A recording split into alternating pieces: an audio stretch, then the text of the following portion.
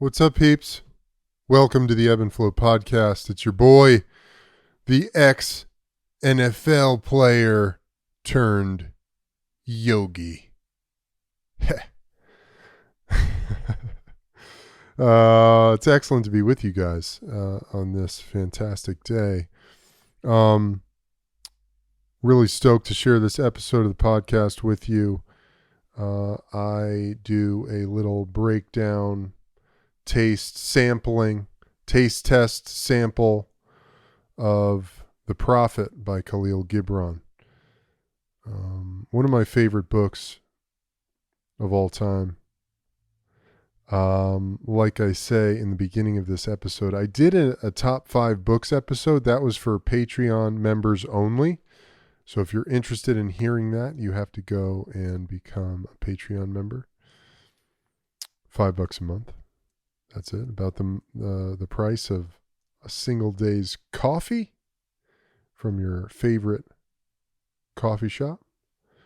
So you could check that out there. But this book, man, it was a profound one for me. I read it years ago, had a very powerful impact on my life, and it just came back to me. The universe brought it back to me. I was cleaning out a box of books, and it just fucking popped up. Just came right into my hands, and I was like, oh man, I gotta check this out again. And I'm really stoked I did. It's just so rich, and I'm super stoked to share it with you guys. Check it out if you haven't already. And if you have already read it, give it another read, man, because this is so multidimensional. This is one of those texts that's so multidimensional and so vast. Every time you read it, you get something new from it. So I love it. Yes, excellent. This episode of the Ebb and Flow podcast brought to you by my family at Wake Network. Guys, the fantastic functional fungi, man. Take your life, your health and well-being to the next level with adaptogenic ancient mushrooms like reishi, lion's mane, cordyceps, turkey tail. These things optimize every aspect of your health, your gut health, your cognitive function, your immune system. Absolutely. I live by these things. After having spent years in the collision combat sport known as football, 6 years in the NFL, suffered myriad concussions, myriad injuries throughout my body, multiple surgeries, etc., wreaked havoc on my body. These are a staple, have been a staple of my healing process coming out of that world, that life. So I highly recommend them. Great for stress management, great for focus, great for digestion, great for boosting the function of your immune system. All around, they're fantastic. Head over to wake.net, use code EBBANDFLOW to get 10% off and free shipping on your next order. All right, folks. Lots of love to you guys. Have an excellent day and enjoy this episode of the podcast.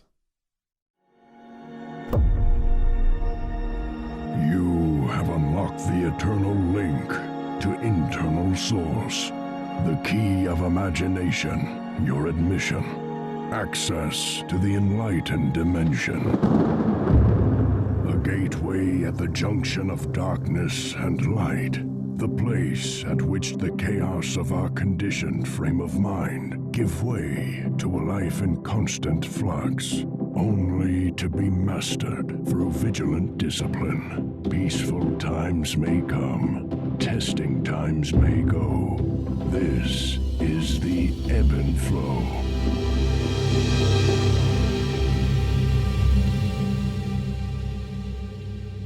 What's up, everybody? Welcome to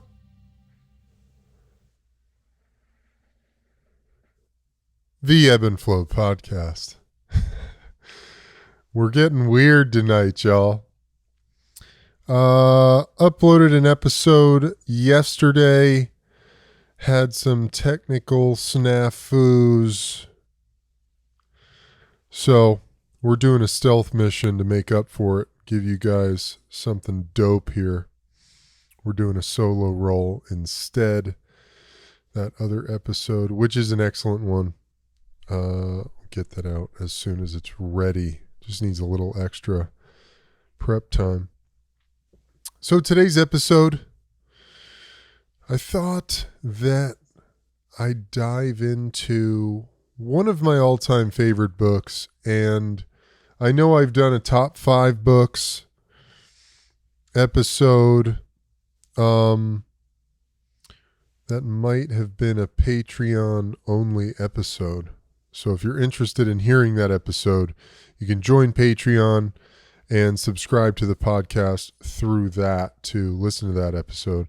But this book, it came back to me. The universe just brings me the books I'm meant to read in the moment. I read this book years ago during my football career, and it had a profound effect on me. 2 books, I would say, that I read during my football career, which had a profound effect on my life in that they kept me tethered to my spiritual calling. Siddhartha by Hermann Hesse and The Prophet by Kahlil Gibran. The first time I read this book, it was on a flight from New York City to the other way around, from Los Angeles to New York City. And I read it all in one flight. It's about a 5-6 hour flight. I read it straight through, finished before the flight landed. So it's a quick read. It's an easy read. I'm a very slow reader. But you read this and it's just fucking nectar, man. It's nectar straight from the source. I did a post about it the other day on Instagram. And one guy said that if you read the Quran, it's all in there. Because rereading it, I'm thinking to myself, good Lord, if I wasn't so bought into and understanding of the concept of channeling a text through you, like the universe has a message and you are the conduit to bring it forth into this physical realm. If I didn't believe in that so wholeheartedly, I would think to myself, fuck, how in the fuck did this guy write this book? It's just mind-blowing. It's a fantastic story. Also, this copy of it, which I picked up at Vroman's bookstore in Pasadena, a very famous bookstore, wonderful bookshop. I picked this up. This copy is full of illustrations that Kahlil did. He was also an artist. A little thing about him. Kahlil Gibran was born in 1883 in Lebanon and died in New York in 1931. His family immigrated to the United States in 1895. While he was in his early teens, the artistry of Gibran's drawings caught the eye of his teachers, and he was introduced to the avant-garde Boston artist, photographer, and publisher Fred Holland Day, who encouraged and supported him in his creative endeavors. A publisher used some of Gibran's drawings for book covers in 1898, when he was only 15. And Gibran held his first art exhibition in 1904 in Boston. In 1908, Gibran went to study art with Auguste Rodin.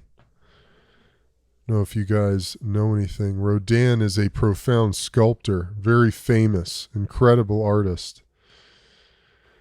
So he went to live and study with Rodin in Paris for 2 years and later studied art in Boston. While his early writing was in Arabic, most of his work published after 1918 was in English and has since been translated into more than 20 languages.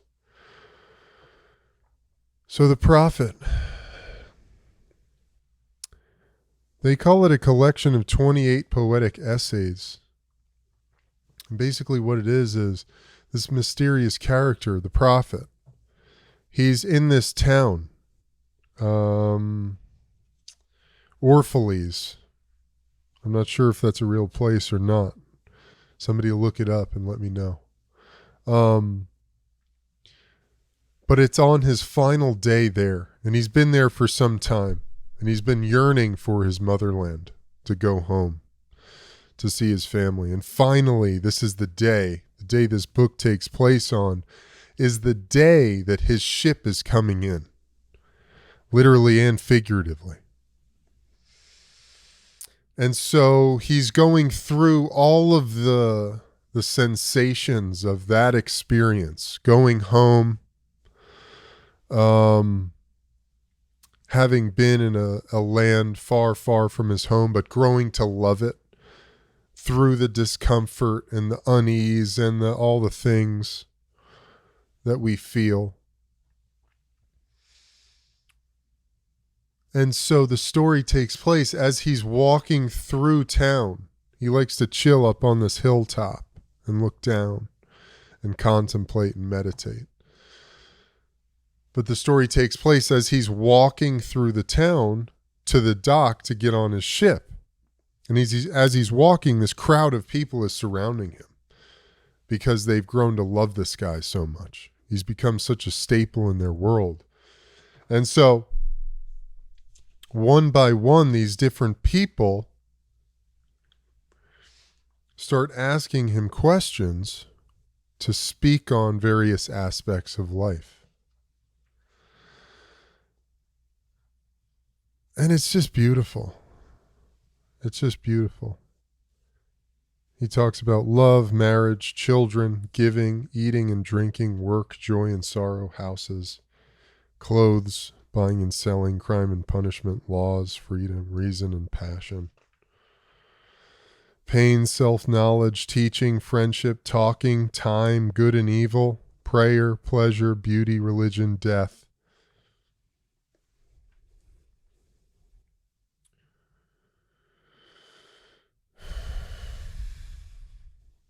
Al-Mustafa is the name of the prophet, the chosen and the beloved, who was a dawn unto his own day, had waited 12 years in the city of Orphalese for his ship that was to return and bear him back to the isle of his birth. And this is the day. So I'm going to read you the first few lines of each chapter, just to give you a taste of this. To give you a taste of what this is all about.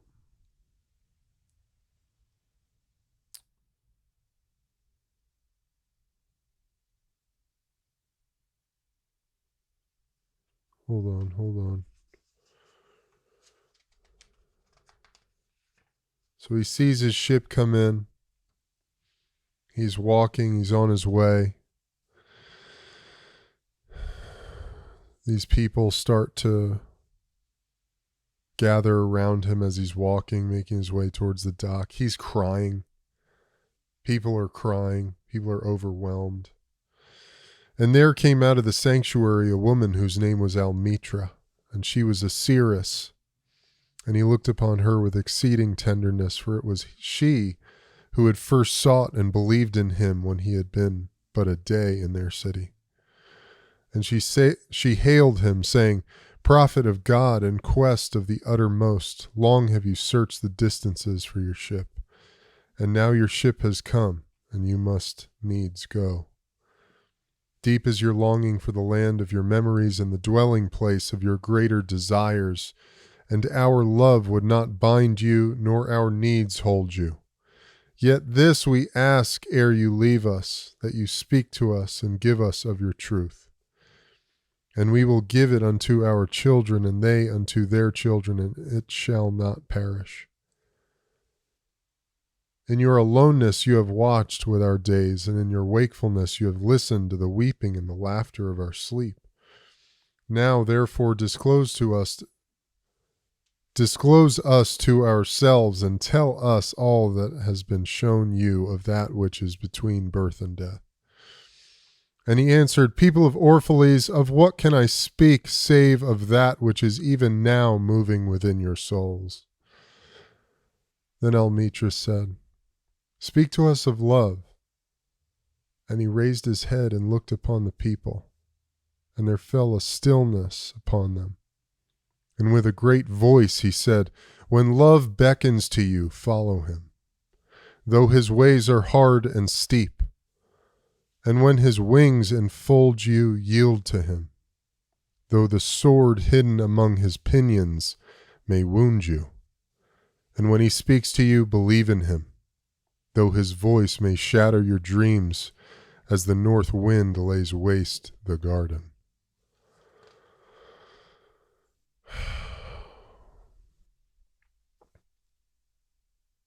Somehow that explains it, doesn't it? You're just like, fuck. Then Almitra spoke again and said, And what of marriage, master? And he answered, saying, You were born together, and together you shall be forevermore. You shall be together when the white wings of death scatter your days.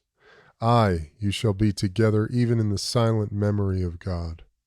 But let there be spaces in your togetherness, and let the winds of the heavens dance between you. Love one another, but make not a bond of love. Let it rather be a moving sea between the shores of your souls. Fill each other's cup, but drink not from one cup. I think if you're married, if you've ever been married, you've ever been in a long-term relationship, that fucking hits it right on the head. And a woman who held a babe against her bosom said, Speak to us of children.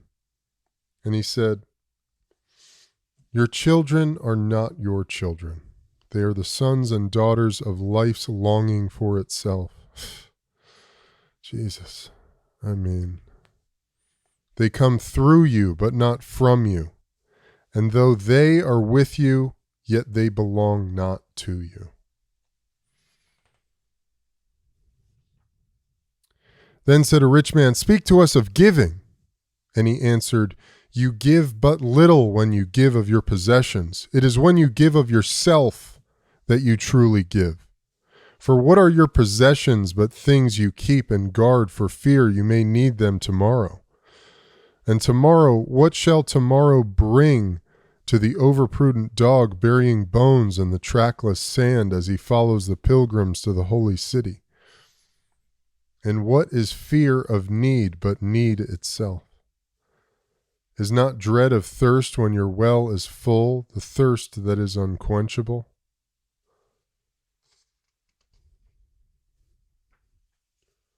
I love that.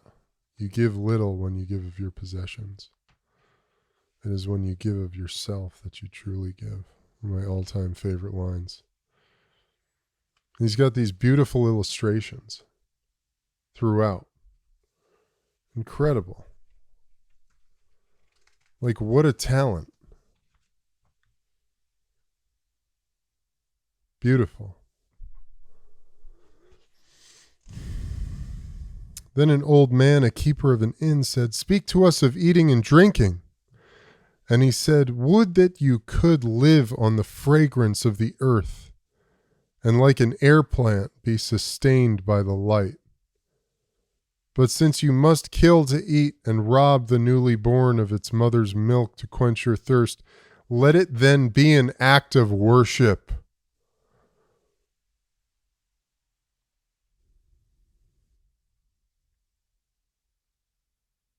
Your life is your meditation. Your life is your practice. Your life is your worship, your expression of gratitude for this blessing that I, we, you get to experience, called being a human.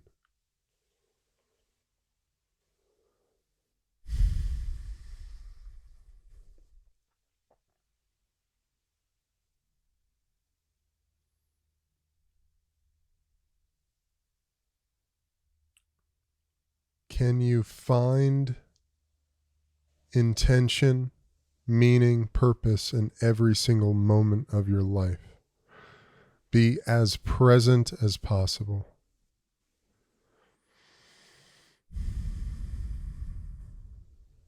Be as present as possible.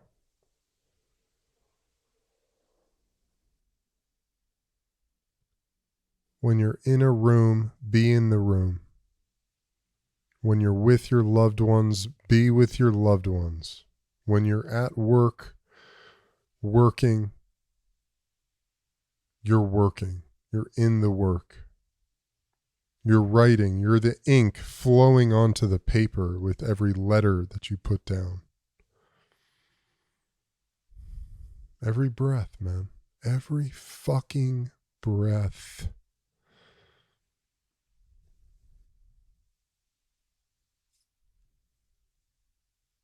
How often have you felt that feeling, that horrible feeling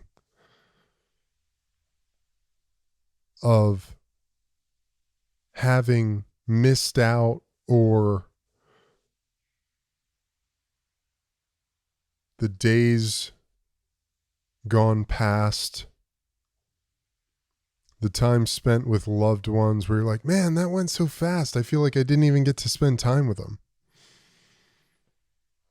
That dreadful feeling like you'll never get these moments back. I know I've had those. Oh my God.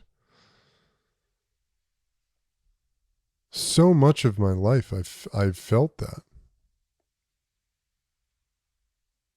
Yet another mechanism by which I've been driven into this way of being. The meditation, the breathing, the exercise, the relationship with the food, the paying attention of people's energy,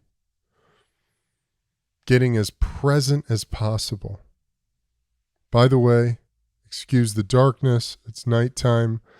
I'm in the middle of house renovations. I don't have good lighting. Please excuse that. But how many times have we felt that fucking dread of having missed out? But we were there. We were fucking there, man.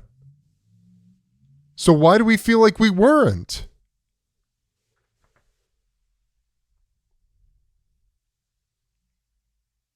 And then that little particle of resistance, static, discontent, whatever it might be, man, that just starts to pulse and send ripples out into your mind space, into your airwaves.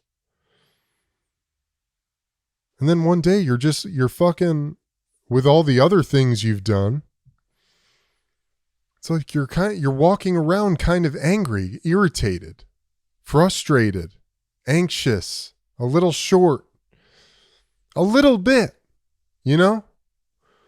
You're just not yourself. You're not who you were destined to be.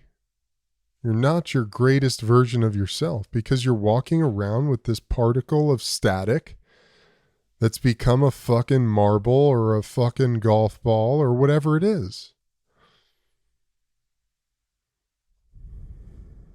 Everything you do, make it an act of worship. I drink this fucking water, this electrolyte water. I drink it.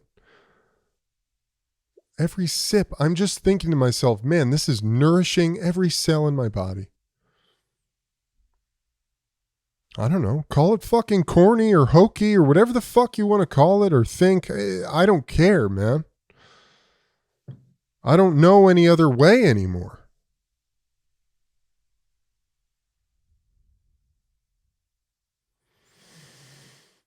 And why does it matter?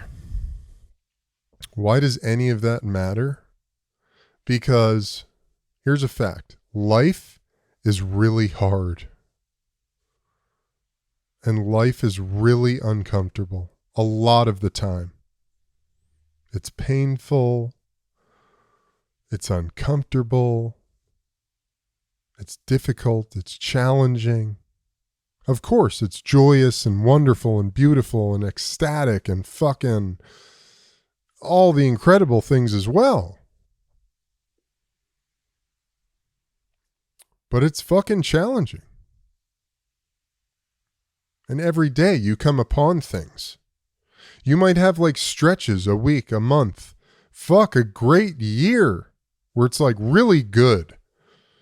Just really good things happening. You're in the flow.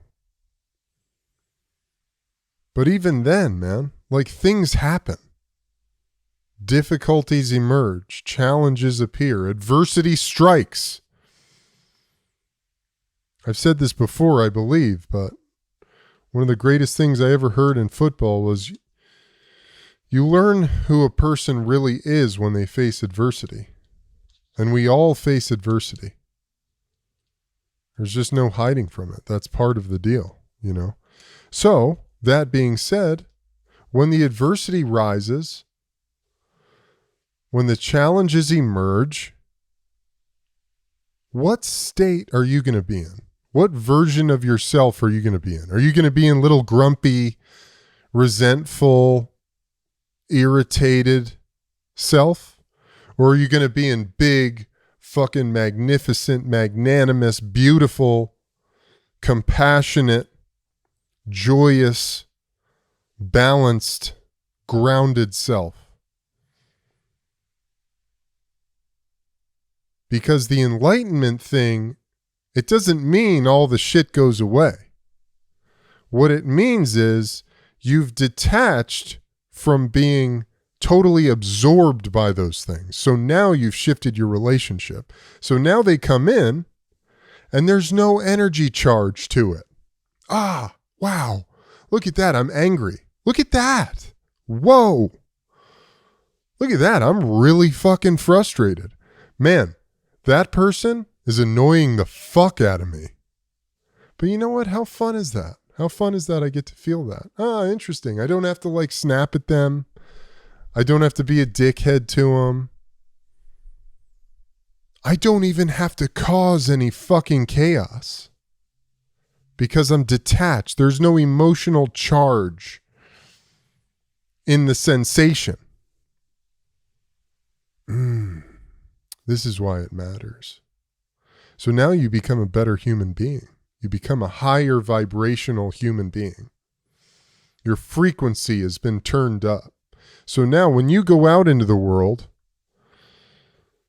you know those scenes on the nature shows, especially the ocean nature shows, where you're out in the ocean and the camera's fucking in the deep blue, and out of nowhere the fucking great white emerges, and it's like, fuck. Imagine. And the primal sensation that emerges out of that image. Terrifying, scary. Death in a creature.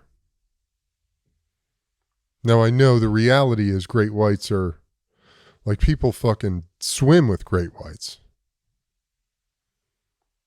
You know, for the most part, you know, probably sharks, big fucking sharks, man, predatory sharks, great white, they don't want to eat a human being. We're too fucking bony. We don't have enough meat. You know? Of course, people get attacked all the time. They do a lot of damage because they're fucking big. They're like a big fucking chainsaw. A 2-ton chainsaw. Anyway, that being said, my point being, you raise up your frequency, you're going to be like that great white, only the fucking flip side of the coin.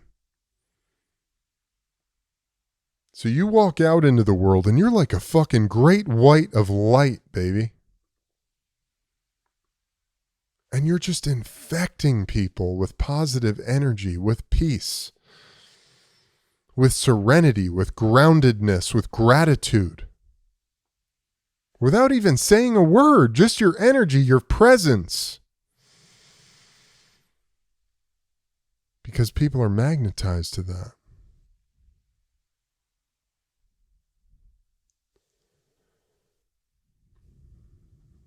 Your life should be an act of worship. I'm not talking about some fucking religious thing, man.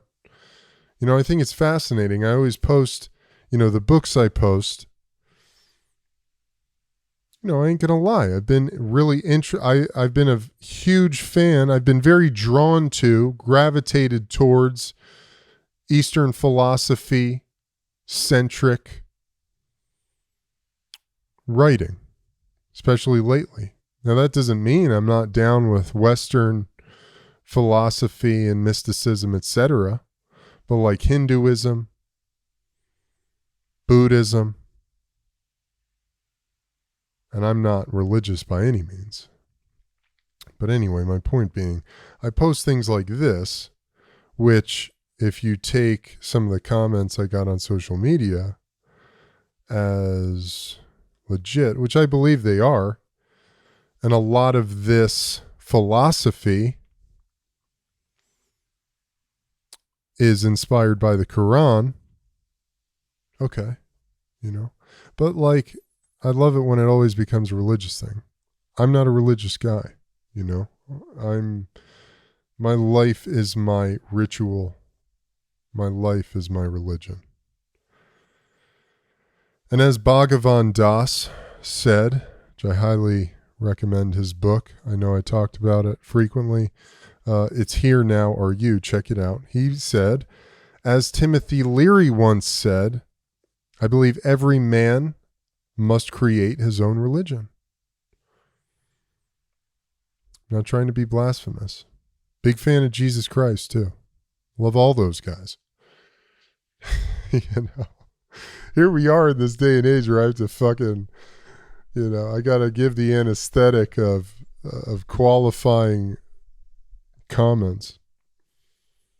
Then a plowman said, speak to us of work.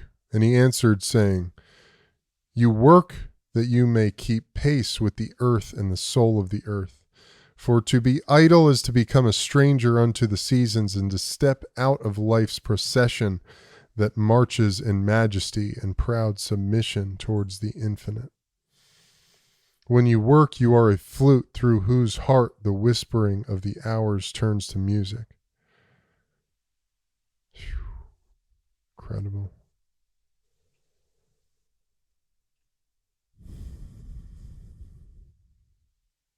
Then a woman said, speak to us of joy and sorrow. And he answered, your joy is your sorrow unmasked.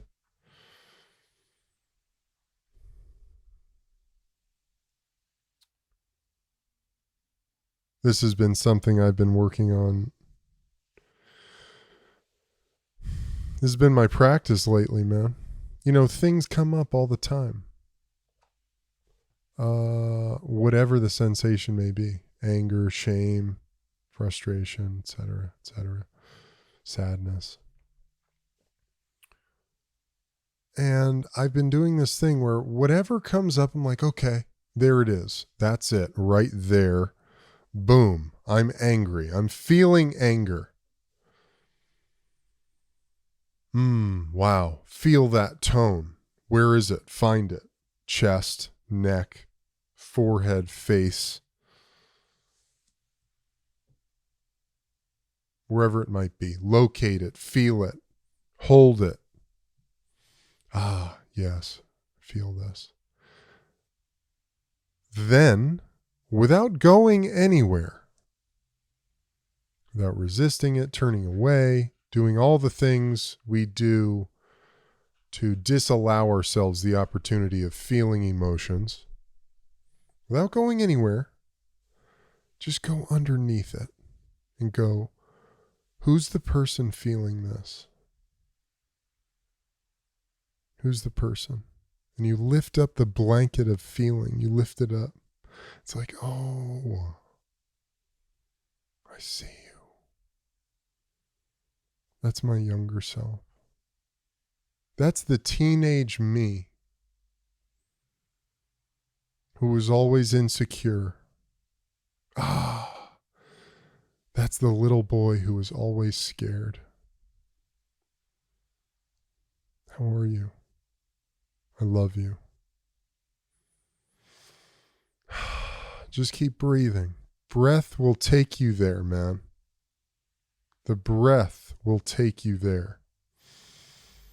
Then a mason came forth and said, Speak to us of houses. And he answered and said, Build of your imaginings a bower in the wilderness, ere you build a house within the city walls. For even as you have homecomings in your twilight, so has the wanderer in you, the ever distant and alone. Your house is your larger body. It grows in the sun and sleeps in the stillness of the night, and it is not dreamless. Does not your house dream? And dreaming, leave the city for grove or hilltop. I love that idea. Your home is your temple, man. Your home is your temple. Care for it. Love it. Be present in it. You know? You cook food in this thing. You rest in this thing. In this entity. I love my home, man. I love it. It's a sanctuary.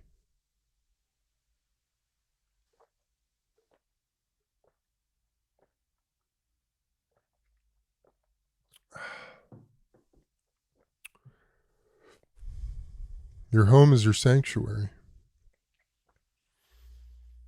The weaver said, Speak to us of clothes. And he answered, Your clothes conceal much of your beauty, yet they hide not the unbeautiful.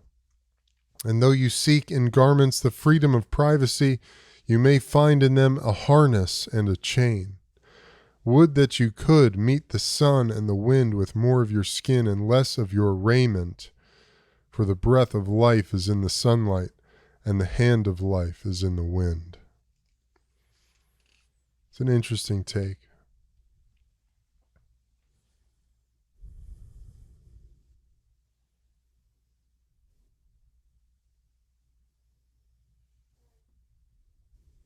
And the merchant said, Speak to us of buying and selling. And he answered and said, To you the earth yields her fruit, and you shall not want if you but know how to fill your hands. It is in exchanging the gifts of the earth that you shall find abundance and be satisfied. Yet unless the exchange be in love and kindly justice, it will but lead some to greed and others to hunger.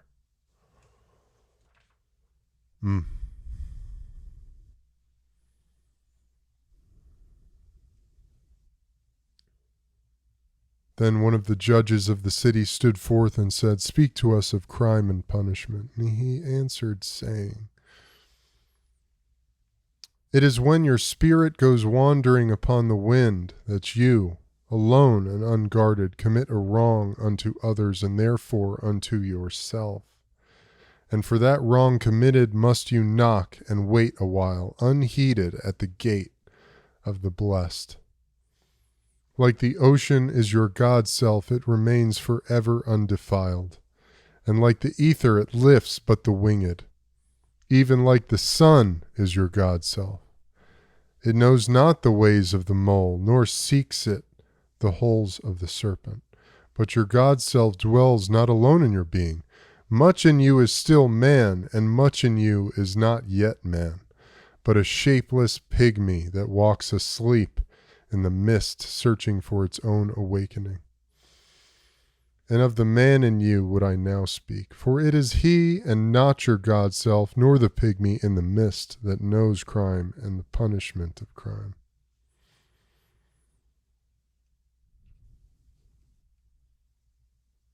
Deep, deep. And an orator said, Speak to us of freedom.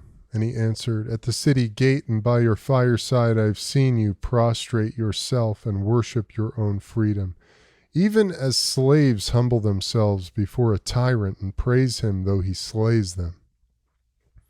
Aye, in the grove of the temple and in the shadow of the citadel I have seen the freest among you wear their freedom as a yoke and a handcuff. And my heart bled within me. For you can only be free when even the desire of seeking freedom becomes a harness to you. And when you cease to speak of freedom as a goal and a fulfillment. You know, this one was big for me because I think about this all the time. What do I want? I want freedom. But when the wanting of freedom, the desire for freedom becomes yet another attachment, another trap, another prison cell, can't allow it. Can't allow that to happen. That's the dance that we find ourselves in. And the priestess spoke again and said, "Speak to us of reason and passion." And he answered, saying, "Your soul is oftentimes a battlefield upon which your reason and your judgment wage war against your passion and your appetite."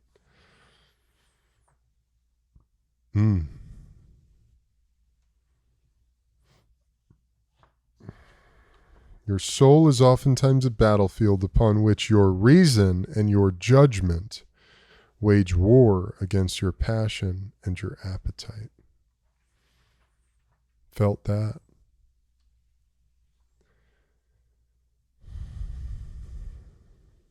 A woman spoke, "Tell us of pain." And he said, "Your pain is the breaking of the shell that encloses your understanding."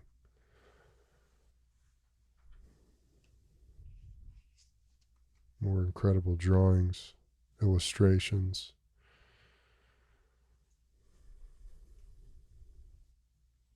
"Speak to us of self-knowledge," he answered. "Your hearts know in silence the secrets of the days and the nights. But your ears thirst for the sound of your heart's knowledge. You would know in words that which you have always known and thought. You would touch with your fingers the naked body of your dreams."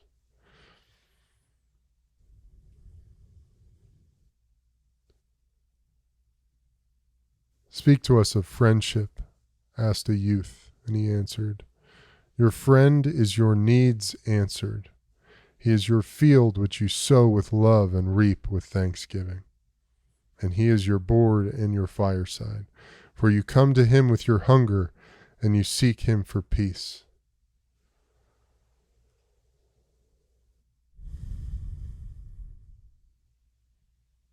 Then a priestess said, "Speak to us of prayer." And he answered, "You pray in your distress and in your need. Would that you might pray also in the fullness of your joy and in your days of abundance." That's a really fascinating thing, you know. People always come to God when shit's really bad. God save me. All of a sudden, now you're a prayer. Now you believe in God. And that's fine. God has no judgment on that. God is all knowing, all present, within you, without you. They don't care. So, okay. Yeah, that's cool. But to truly know God, to truly live life on God, you pray all the time. Be as honest as possible. God knows it all anyway. Why not? Just speak the truth, man. What the fuck is in your heart? God, I don't fucking know, man. I say that frequently. I don't know what to do here. I don't know what to do.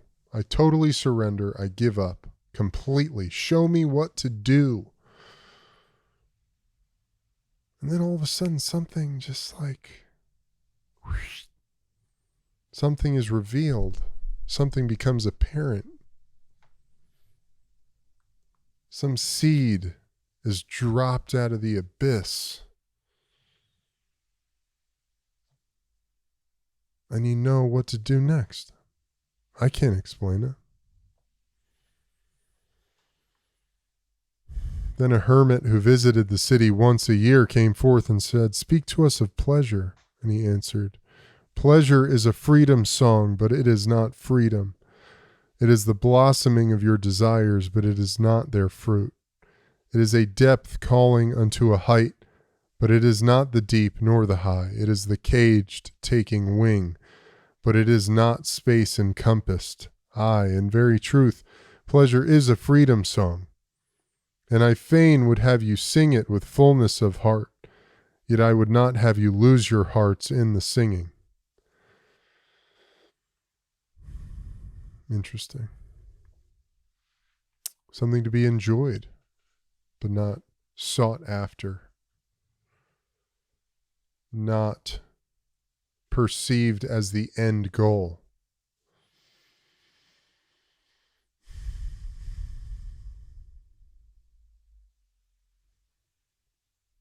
Beauty? He answered.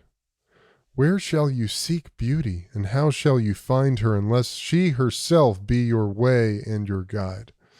And how shall you speak of her except she be the weaver of your speech? Religion. Have I spoken this day of aught else? Is not religion all deeds and all reflection, and that which is neither deed nor reflection, but a wonder and a surprise ever springing in the soul, even while the hands hew the stone or tend the loom? Who can separate his faith from his actions or his belief from his occupations? Yeah.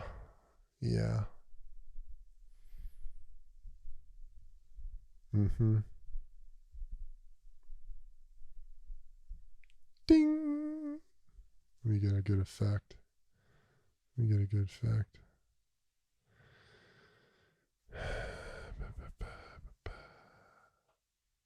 Don't really have one. Let's hear it. No, the laughing. It's not right. In the West, we've created for ourselves, for the culture, the material paradigm, really. We've created a deep disconnection with God. And yet here people are doing things, living their life, taking actions, building lives around themselves through every breath that they take, every word that they speak, every thought they think, every action they take, etc.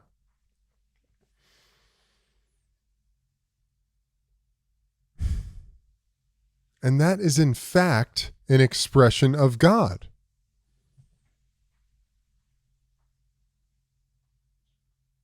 That's an expression of some belief in something. Because if a person didn't believe in anything,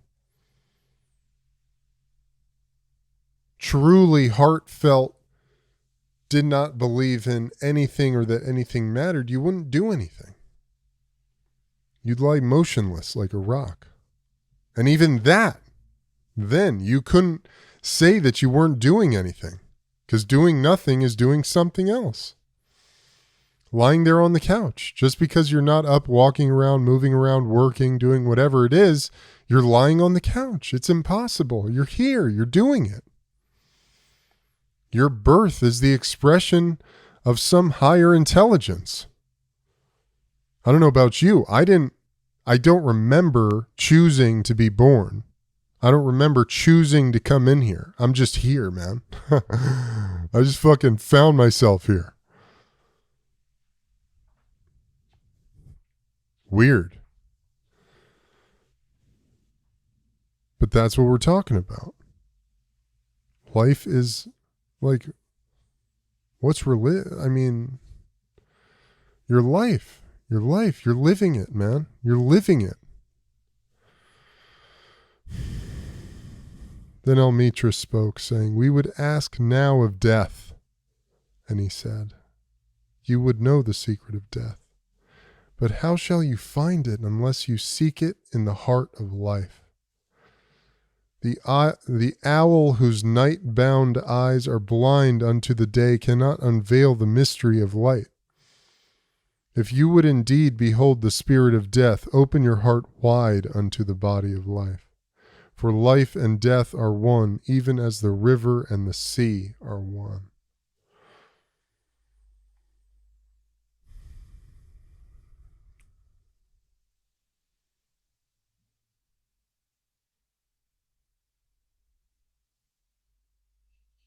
You guys know the name of the show. It's the ebb and flow.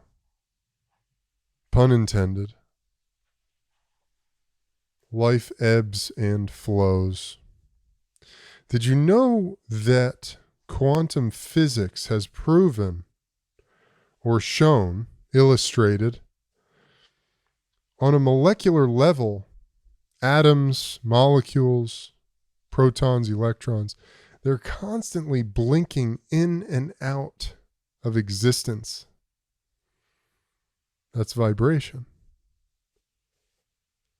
And so when you blow out, to see the bigger picture of that, we are made of billions, trillions of cells constantly blinking in and out of existence, vibrating at a very, very intense speed,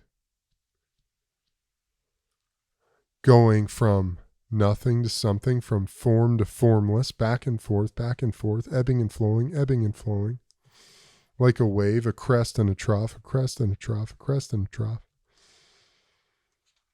Everything in the universe is doing that. Every single fucking thing in the universe is doing that.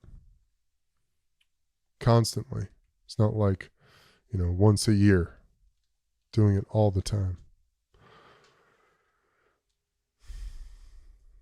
So what is death? Like, what is death? We've created such a taboo aura around this thing that we're all going to do. Literally, we're all going to do it. There's no escaping it.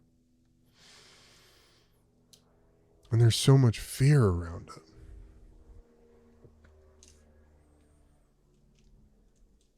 It's considered such a tragedy.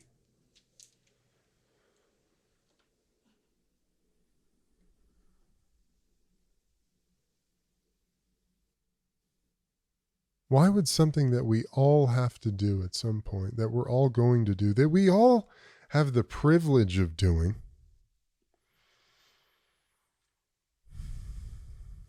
be such a horrible thing?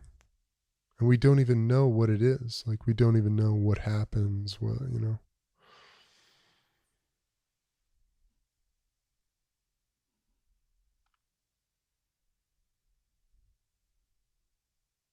It's the ultimate letting go, essentially. You have to let go of things all the time if you're willing and in a healthy state of being. To keep yourself clean, you have to be willing to let go of things all the time. Those are little deaths. The ego death of a psychedelic trip.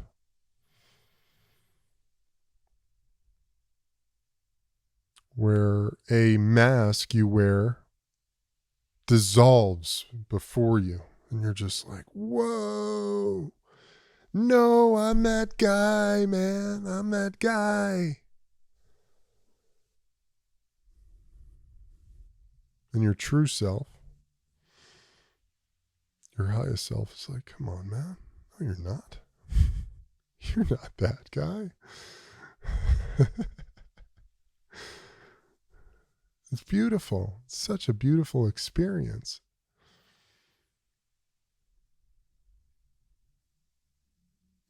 One of my favorite things about my time spent with Mike Tyson was his musings on death, listening to them. He used to say, life is glorious, so how can death not be glorious? Or death must be glorious because life is so glorious. Beautiful, man.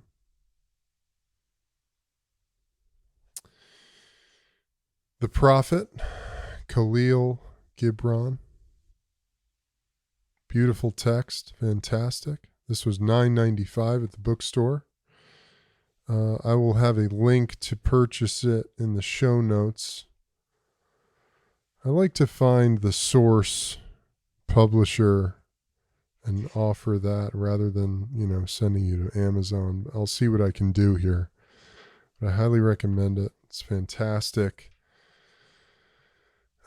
Let's take 3 deep breaths together before I send you guys off unto your day to kick some fucking ass, to live in your truth, to be in your highest greatness, man. Because the world needs you, boys and girls. The world fucking needs you. So we're going to take 3 deep breaths. Inhale through the nose, deep into the solar plexus. Expand that rib cage. Massage those organs. Feel that wondrous, nutritious air fill every cell in your being and give you energy and strength to stand in your truth. And then you're going to exhale out the mouth and just let it all go. Get all the air out on the exhale. We're going to do 3 of those. Ready? Number 1, here we go. Another sip.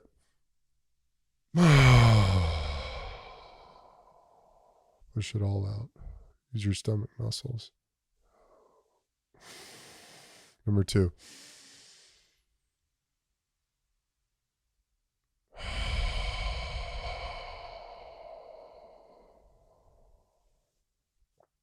Just let it all out.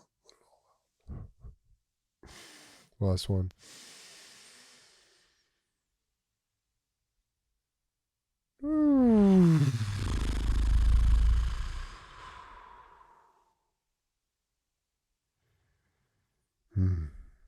Check in. How do you feel?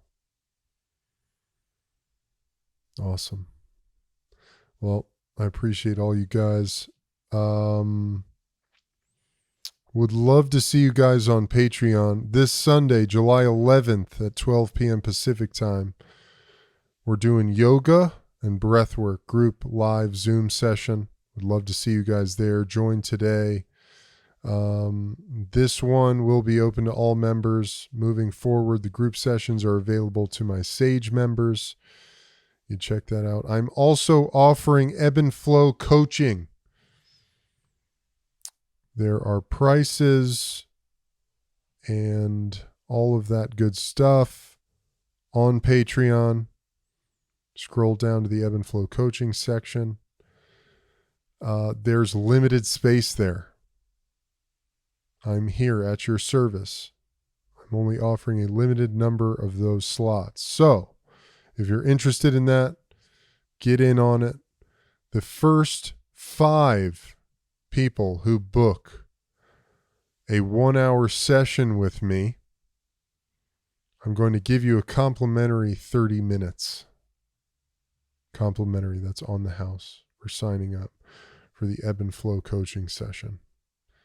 Either package, we'll work it out. If you go for the 2-hour package, I'll give you a bonus 30 minutes as well. All right, y'all. We'd love to see you guys there. All that will be in the show notes, links, etc. Lots of love to you guys. Hope you enjoyed that. The Prophet, man, Kahlil Gibran. Next level shit. Lots of love. Have an excellent day. See y'all on the flip side. Peace.